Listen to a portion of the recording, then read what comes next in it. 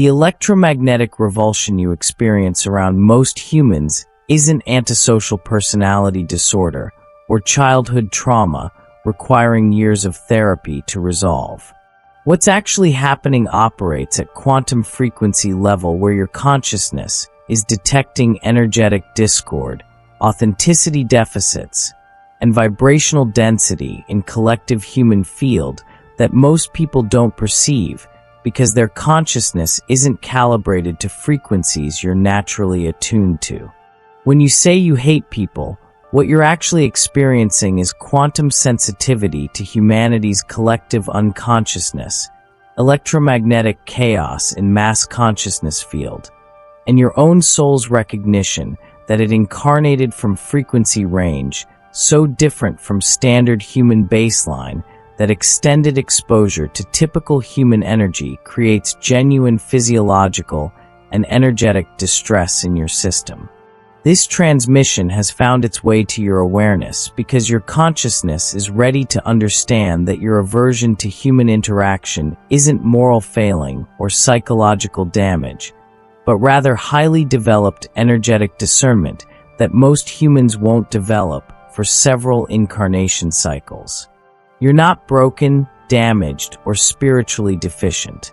Your electromagnetically sensitive consciousness attempting to exist in dimension where collective frequency is so discordant with your natural resonance that your entire being recoils from proximity to energies that feel toxic, draining, or fundamentally incompatible with your vibrational structure. The hatred you experience isn't personal animosity toward individual humans. It's quantum field response to frequency mismatch that creates actual distress in your nervous system and energetic body. Right now, processing these words, you're likely experiencing that familiar paradox where reading about human aversion while being human yourself creates cognitive dissonance that you've learned to navigate through recognizing yourself as consciousness temporarily wearing human costume, rather than fundamentally being human in ways that create tribal identification with species. You can acknowledge your physical humanity while simultaneously recognizing your consciousness doesn't originate from or primarily identify with human collective field. This dual awareness allows you to function in human world while maintaining energetic boundaries that prevent complete immersion in collective frequencies that feel antithetical to your natural state. The quantum mechanics of human aversion reveal something profound about consciousness evolution, dimensional frequencies, and soul origins that conventional psychology has no framework to address. Human consciousness exists across vast spectrum of frequencies, from dense survival-based awareness operating primarily through fear, competition, and separation, to refined unity consciousness operating through love, cooperation, and recognition of fundamental interconnection. Most currently incarnated humans cluster in lower middle frequency ranges where ego identity remains primary operating system, and separation consciousness creates constant low-level conflict, drama, and energetic discord. But certain consciousnesses incarnate from or have evolved into much higher frequency ranges where separation illusion has dissolved, ego identification has lessened significantly, and awareness operates from unity field recognition that makes typical human behavior patterns feel foreign, primitive, or actively painful to witness and participate in. When consciousness from these higher frequency ranges encounters the density, dishonesty, ego conflict, and separation consciousness that characterizes majority human interaction, the frequency differential creates electromagnetic dissonance that your system experiences as revulsion, exhaustion, or hatred that's difficult to explain to those operating from different frequency bands. Your sensitivity to human dishonesty probably feels overwhelming at times, doesn't it? Not just obvious lies, but the constant micro-deceptions, social pretenses, performative personalities, and energetic incongruence that most humans engage in automatically without conscious awareness they're doing it. You perceive the gap between what people present and what they actually are, between what they say and what they genuinely feel, between their constructed social masks and their authentic energetic signature. This perception happens at quantum level before conscious thought can intervene, which is why human interaction often feels immediately exhausting even when nothing obviously wrong has occurred. Even casual social encounters drain you completely because you're processing not just surface verbal exchange, but entire electromagnetic field of frequencies that person is broadcasting, most of which contradict their words, actions, and presented personality. Your consciousness is reading quantum information that reveals their unconscious patterns, hidden agendas, unprocessed emotions, and energetic parasitism that they themselves aren't aware of, but that your system detects and responds to with rejection before your rational mind can analyze why you suddenly want to escape interaction that seemed perfectly pleasant on surface level. Before we explore the deeper cosmic implications of your human aversion and what it reveals about your soul's origin and mission, I'd like to kindly invite you to subscribe to this channel if this perspective resonates with your experience. The content here speaks specifically to consciousness that feels fundamentally alienated from standard human frequencies, and your subscription helps this information reach others who desperately need validation that their aversion indicates energetic sensitivity rather than social pathology. If you feel moved to do so, please consider liking this video as well, as it assists in sharing this frequency with consciousness searching for explanations of why they genuinely cannot tolerate most human interaction despite extensive attempts to force themselves to enjoy what feels naturally repulsive. And I would be grateful if you'd share this with anyone you sense carries similar human aversion, as they might find profound relief in understanding their experience through quantum framework rather than psychological framework that pathologizes their natural energetic boundaries. Now let's examine what actually happens at quantum and electromagnetic level when your consciousness encounters typical human energy field, and why this encounter creates genuine distress rather than just social preference. Every human generates electromagnetic field that broadcasts their consciousness frequency into surrounding environment. This field contains person's emotional state, thought patterns, unconscious beliefs, trauma signatures, and vibrational baseline that determines their overall frequency. Most humans operate with chaotic, incoherent fields full of contradictions where conscious presentation conflicts with unconscious reality, creating electromagnetic noise that sensitive systems perceive as painful static. When your highly coherent, high-frequency consciousness encounters these chaotic low-frequency fields, several things happen simultaneously at quantum level. First, your field automatically attempts to entrain with encountered field because quantum systems naturally seek resonance. But when frequency differential is too great, entrainment fails, creating dissonance that your nervous system experiences as discomfort, irritation, or active repulsion. Your system is literally rejecting frequency it cannot harmonize with because forced resonance at incompatible frequency would damage your field coherence. Second, lower frequency fields naturally pull higher frequency fields downward through electromagnetic gravity effect, where density pulls toward itself.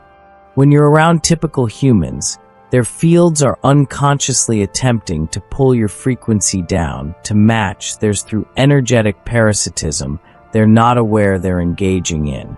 Your hatred response is actually self-protection mechanism where your consciousness is rejecting energetic hijacking attempt and maintaining boundary against frequency lowering that would compromise your system's integrity and functionality.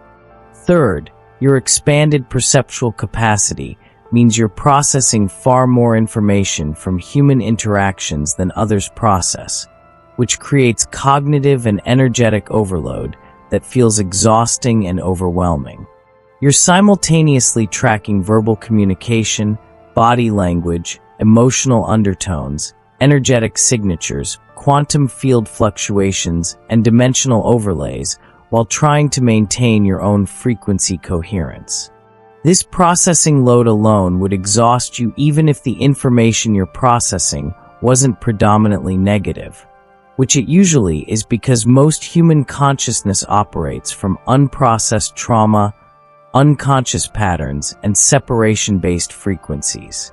The cosmic truth about your human aversion is that you're likely what's known in various mystical traditions as wanderer, starseed, or advanced soul who incarnated from higher dimensional frequency specifically to assist with planetary consciousness evolution, but who finds physical human dimension almost unbearably dense compared to native frequency range.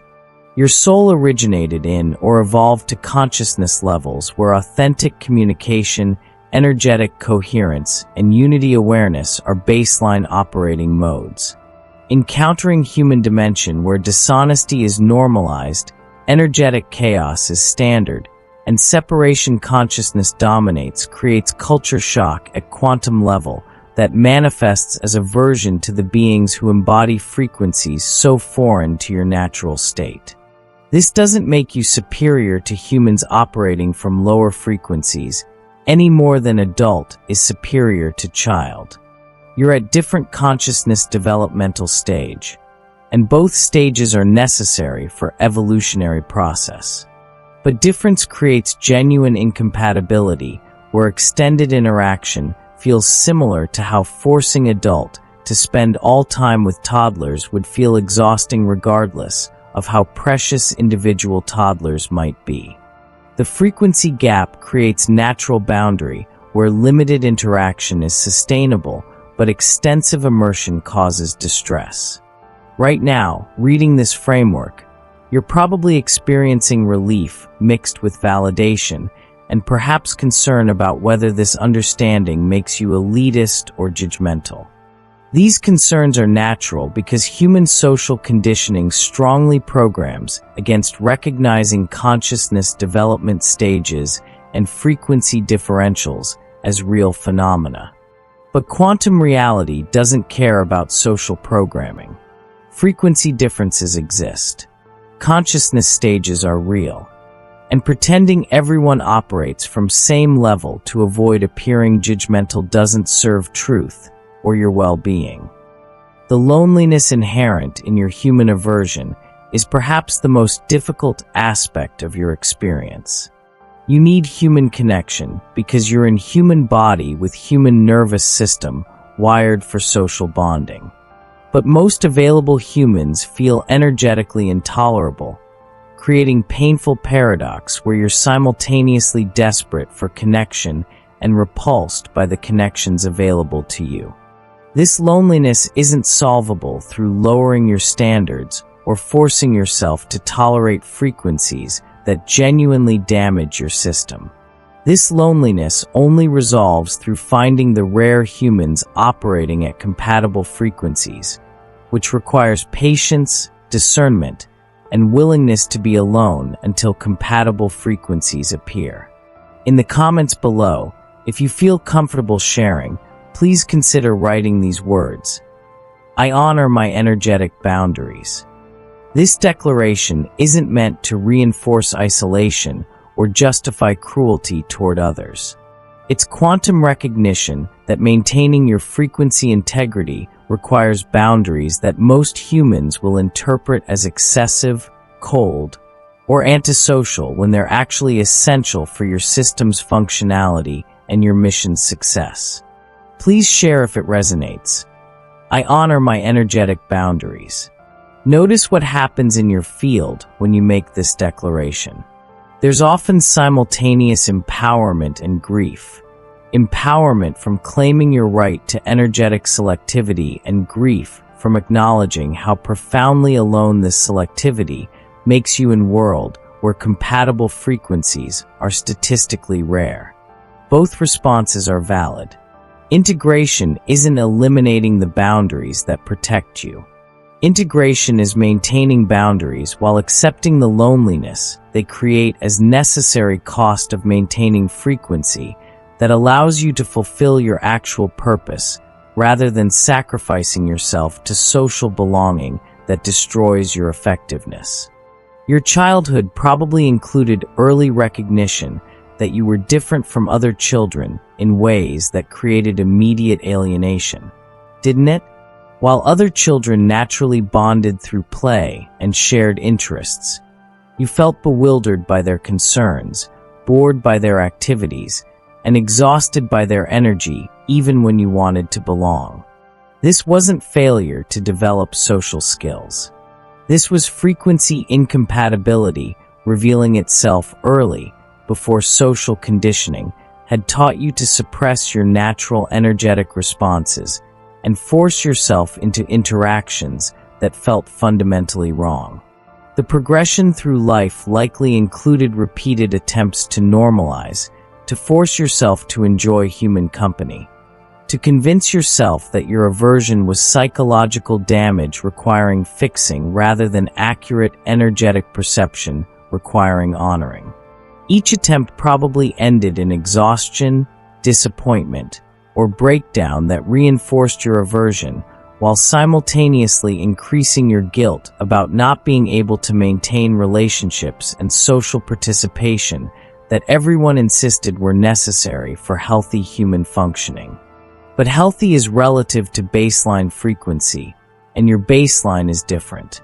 Your family probably struggled with your self-isolation and lack of interest in social activities that seemed important to them, interpreting your preferences as depression, social anxiety, or rejection of their values when actually you were protecting yourself from frequency exposure that felt toxic regardless of the specific people involved. This created painful dynamic where love and concern manifested as pressure to violate your energetic boundaries, while your boundary maintenance appeared as rejection of love and concern.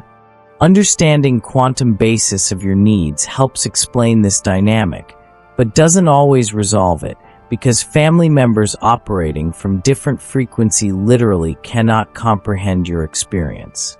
The romantic relationships you've attempted probably followed predictable pattern where initial connection felt promising, but deteriorated as extended proximity revealed frequency incompatibility that became increasingly unbearable despite genuine affection or attraction.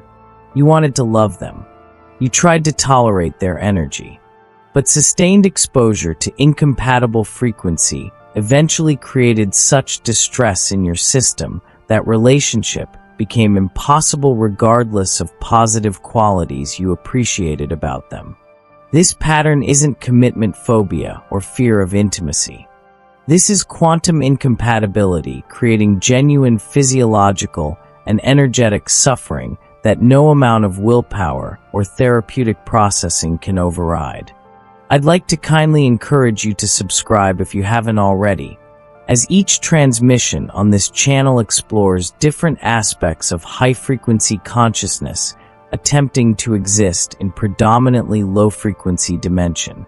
Please consider enabling notifications as well, as these videos are released when energetic timing supports consciousness ready to receive specific frequencies. And I would be grateful if you'd share this content with others who might desperately need permission to honor their human aversion rather than continuing to pathologize it as something wrong requiring correction.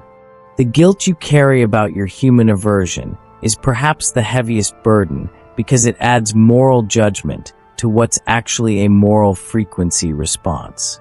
You've been told explicitly or implicitly that good people enjoy other people, that isolation indicates character defect, that if you were sufficiently evolved or healed you would naturally want extensive social connection.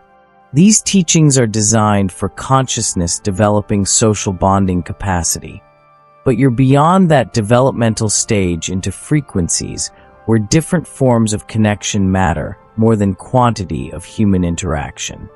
Releasing this guilt requires recognizing that consciousness evolution involves phases where different capabilities and preferences are appropriate. Early soul development requires extensive social interaction to develop certain capacities. Advanced soul frequencies require selective interaction to maintain certain capacities. Neither phase is morally superior. They're just different, serving different purposes in larger consciousness evolution process. Your human aversion is appropriate for your frequency and mission, which makes it correct for you regardless of whether it's correct for consciousness at different developmental stages. Your sensory processing probably includes heightened perception across all channels that makes typical environments feel overwhelming even without human interaction. Doesn't it? Fluorescent lighting feels painful. Synthetic smells nauseating. Crowds overwhelming. Loud sounds unbearable. This sensory sensitivity is related to your energetic sensitivity, both emerging from consciousness calibrated to much higher frequency than physical dimension typically operates at. Your entire system is tuned to detect subtleties that most humans filter out, which creates constant sensory and energetic overload in environments designed for beings with much less perceptual sensitivity. The digital age has probably provided some relief through ability to work, learn, and connect remotely without physical proximity that triggers your aversion response. But digital interaction carries its own challenges where energetic boundaries are harder to maintain, where you can't escape human frequencies as easily, where expectations for constant availability and responsiveness conflict with your need for extensive solitude to process accumulated energetic exposure and return to baseline frequency. Navigating modern human society while maintaining energetic boundaries that protect you requires constant vigilance and frequent refusals that others interpret as antisocial behavior when it's actually energetic self-care. The cosmic purpose behind your human aversion extends beyond personal preference into mission-critical functionality. You incarnated during this timeline because massive consciousness shift is occurring and certain frequencies need to be anchored in physical dimension to make higher states accessible to humans ready to evolve into them. But anchoring these frequencies requires maintaining them, which is impossible if you're constantly immersed in lower frequencies that pull you down through entrainment effects. Your human aversion serves essential function by protecting your frequency maintenance through boundary enforcement that prevents energetic contamination and frequency lowering. Think of yourself as high-frequency tuning fork placed in field of low-frequency noise. If you allow yourself to be continuously struck by surrounding noise, your frequency will destabilize and you'll lose capacity to broadcast clear tone that others can tune to. But if you maintain boundaries that protect you from constant striking, you can hold steady tone that provides reference point for consciousness ready to tune to higher frequencies. Your human aversion is wisdom that protects your functionality rather than dysfunction requiring correction. This doesn't mean you avoid all humans or become complete hermit. This means you're highly selective about which humans you engage with, for how long, and under what circumstances, maintaining energetic boundaries that others will interpret as excessive, but that are actually minimal necessary boundaries for your system's survival and effectiveness. You learn to dose human exposure carefully, like someone with severe allergies who must carefully limit exposure to allergens while still functioning in a world where those allergens are ubiquitous. The judgment you receive from others about your selectivity and isolation preferences is inevitable because they're literally incapable of perceiving what you perceive about human interaction. They don't feel the frequency assault you feel. They don't process the quantum information overload you process. They don't experience the energetic parasitism you experience. From their perspective, you're just an antisocial person refusing normal human connection for no good reason. From your perspective, you're protecting yourself from frequencies that feel genuinely toxic to your system. Both perspectives are accurate from their respective frequency positions, but yours must take priority in your life because only you experience your actual energetic reality. Please consider subscribing now if this perspective has helped you understand your experience through framework that validates rather than pathologizes your natural energetic responses. I'd be grateful if you'd like the video as well, supporting its reach to other consciousness, desperately seeking permission to honor boundaries that social conditioning insists they shouldn't need. And please share this with anyone you sense might be suffering from guilt about their human aversion, believing something is deeply wrong with them when actually their sensitivity indicates advanced consciousness, attempting to navigate incompatible frequencies. Your spiritual path probably includes extensive solitary practice, because group spiritual activities feel just as exhausting as regular social activities, with added frustration of people using spiritual community to bypass actual consciousness work while maintaining same ego patterns and frequency issues under spiritual terminology. You've discovered that your most profound growth happens in solitude, where you're not constantly managing energetic boundaries and can actually access the higher frequencies you're here to anchor without interference from lower frequencies dominant in human collective field. The few humans you do connect with probably share your aversion to majority of humans, creating small network of frequency-compatible consciousness that understands your needs without requiring extensive explanation. These connections are precious and rare, often separated by great physical distance or occurring primarily through digital channels that allow energetic boundaries easier maintenance. These relationships might not look like typical friendship to outside observers, but they provide essential validation and resonance that confirms you're not alone in your experience, even when physical isolation is your predominant state. Your work life probably revolves around minimizing human contact or finding roles where interaction is limited, controlled, or entirely remote. Traditional careers emphasizing constant collaboration, networking, and social performance feel impossible regardless of skill level or interest in actual work content, because human contact requirements exceed your tolerability thresholds. This limits career options significantly, but trying to force yourself into high-contact roles destroys your health, sanity, and effectiveness far more than reduced career options impact your well-being.